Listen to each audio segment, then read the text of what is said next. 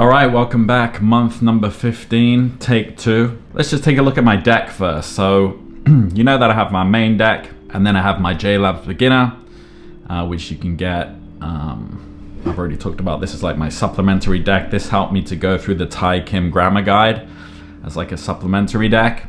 And then the same guy that made this, I got his intermediate 1 and 2 decks from his Patreon. So the links for that are in his at the bottom of his page.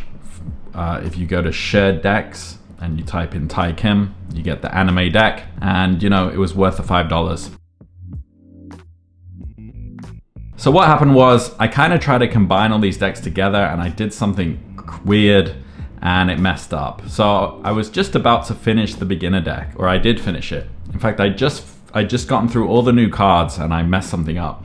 So the way these cards are set out, let's just go through this really quickly, is that he has the, let's just click on one. So he has the cards like this. So these are some of the cards like laid out like this. You've got the scene, the anime that it's taken from, the Japanese, you click show answer, and then you rate it as normal. Okay, so you can see I'm going through 2 of those decks. The intermediate, you know, it's laid out exactly the same. And the way these decks are set out, as I was gonna say, is you have those kinds of cards, and when you finish those, he then gives you a card which is like just the sentence. And then when you hit show, it doesn't really show you the translation. And I was going through that, and basically if he has, so this deck for example has like 2,000 cards. So that would have been 4,000 because he has a reverse card for every normal card. They're broken up into listening cards and listening comprehension, and then I think the other one was called closed caption. So I went through these decks and I deleted the closed caption ones, and I decided to do the beginner deck again, and that's why I'll finish that on the 9th of February. And this one I'd already started for a couple of days, but I decided to delete the closed caption cards and only do the listening comprehension. So that only makes this deck now 939 cards. So I'm gonna go through that, but these decks are like half the size as they should be because I've deleted his closed caption cards and I'm only doing listening comprehension. So yeah, just going off track there, those are my decks. This beginner one and the intermediate one together takes me about 10 minutes. I do it first thing in the morning, and then later on I attack my big deck. So let's check out the big deck. So still hovering around like 430 to 530 cards a day. And I've just hit yesterday the 5,000 mature cards mark. And I remember looking at a Refold post, or it's in their guide or whatever. I haven't gone through their guide fully, but I remember browsing through it. And it says when you get to 5,000 words, you're kind of getting to the point where you're like at cruising altitude or something like that, where things start to get fun. And I'm noticing that. So 2 months ago, my video, I think I had on my thumbnail, like turning a corner. And it kind of felt like I just jumped in my listening comprehension. I was understanding more and more. That's definitely the case now. I am understanding more and more, and the more content that I watch, the more I'm just kind of chilling as I watch it. Not completely, I'm still saving words, but I am enjoying it more. The show I'm watching now for sentence mining, for example, is called Million Yen Woman, and I'm like halfway through that, but generally, every episode, Migaku is showing that I don't know about 13 to 20 words. And that's how many it's recommending for me to save.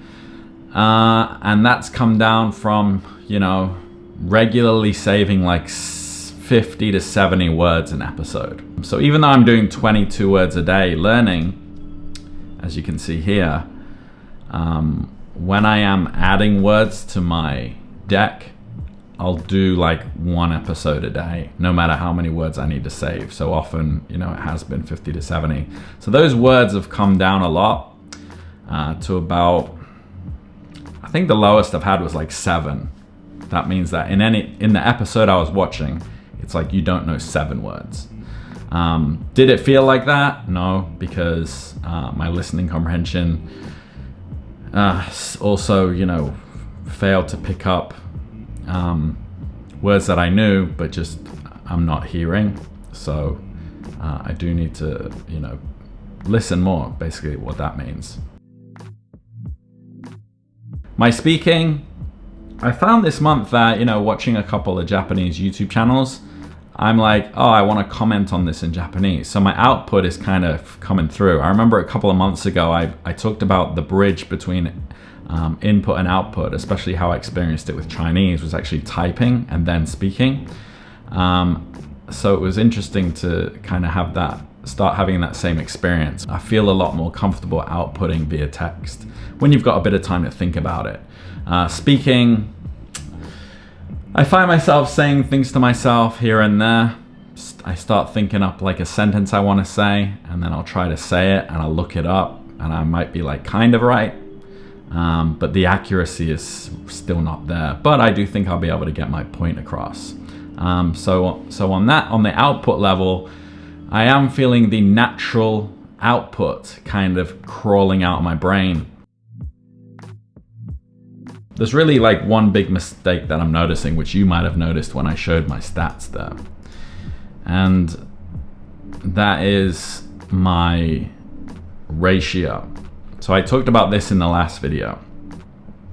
And people were like, oh, you only know 5 out of 8. You know, that's like not good. That's not a good percentage. And I would argue that this doesn't tell the full story. Right now I'm going through my deck much quicker than I was, even though there are a higher number of cards in the deck. So if you look at my time spent and we go back like 3 months, you know, over here was higher, here was higher. Now it's picking up a little bit actually. But you know, I've got days where I'm way down here or way down here. The point is though, you got to understand that over here, I had like 200 to 300 cards in my deck. And over here, I've got 400 to 550. So yeah, technically it's gone down because I'm getting through more cards in the same amount of time, which means it's faster. You might say, well, the percentage is still pretty high. You should be at like 75%. I think it will gradually work its way up. I also don't think this tells the full story. You know, this tells an even worse story for one, saying like 95 to 100% of my cards are too difficult. I don't believe that. As I said in my last video, every day I basically have an 80 to 90% retention, and this is on a daily basis. So I think that's my true number. Also down here, we've got the card retrievability. This 80 to 90% retrievability on a daily basis also matches up with this number. So I don't know, I kind of like this one more. But I'm sure they all kind of tell different parts of the story. But a lot of people are like, well, if your mature card is only 60%, it means you only know 60% of words, and that's not true. You know, I have young cards in here. For those that don't know, a card becomes mature when it's over 21 days interval. I have young cards in here that I know I'm just gonna fly through. So this doesn't tell the full story. However, I do think that this could tell a better story. And I'm really starting to notice the effects of not doing fully N+1 flashcard mining. So I'm a bit OCD, I've probably mentioned this before. So when I'm going through that 1 episode per day and mining the entire thing, I'm mining everything that Magaku is telling me that is showing that I don't know. I think if I just mined what it's, because Magaku, it kind of ranks the word ease for you as well. And it'll give it like a star, like 5-star is like, you definitely need to know this word, you better save it. 4-star, 3-star, 2-star, so the less stars, the less common it is, the less important it is. And I think the idea behind Magaku is that you save what it's recommending. So let's say you've saved all the 5-star ones, then it's gonna maybe turn the 4-star words up to 5 stars and say, okay, now you need these. And I think that would make flashcarding a lot easier if you did stick to that. I know that because these JLab decks are a lot better mined than my deck, and I get through these really quick. Granted, you know, there's a lot less cards, but I just feel like they're easier, they're more fun. The words are right about the level that I need to be learning, whereas my sentences, I love Magaku, but often, you know, like, let's just take a look. You know, the sentence might be too long. it ends at kind of like an incomplete point, or there'll be like words. Like I remember when I mined this card, right? I remember I had a card for this, I had a card for this, I had a card for this, I have a card for this. So that's not n+1, that's like n+5. But I wanted to mine everything in the episode. Now, will that make my progress slower than someone who strictly sticks to n+1 cards? I don't think it will. Because at 15 months in, if you took me and someone else who did n+1, what would be the difference right now at month 15? They would get through flashcards much quicker than I would. They would have probably slightly better listening comprehension because they've mined simple words first, which is what you're going to hear the most. Whereas I'm going to understand more obscure vocabulary than they are, but my flashcards are going to be more annoying, right? Like I got to wade through this many cards pretty much every day. But having said that, it wouldn't be that distinguishable, I don't think. Like maybe, like what I'm trying to say is that gap would probably close. The big difference is they're going to have more fun doing it, whereas I had to go through a bit of a grind. Now I'm a little bit less OCD, but I think now it's at month 15. I think the gap basically closes because all through that time, I am eventually, even though I'm learning some obscure words, I am likely getting all the same common words that this person would be. So the further you go, the more it closes. But if I was to go back in time, I would do it that way purely because it would be less of a grind. It would be more fun. By fun, I just mean easier.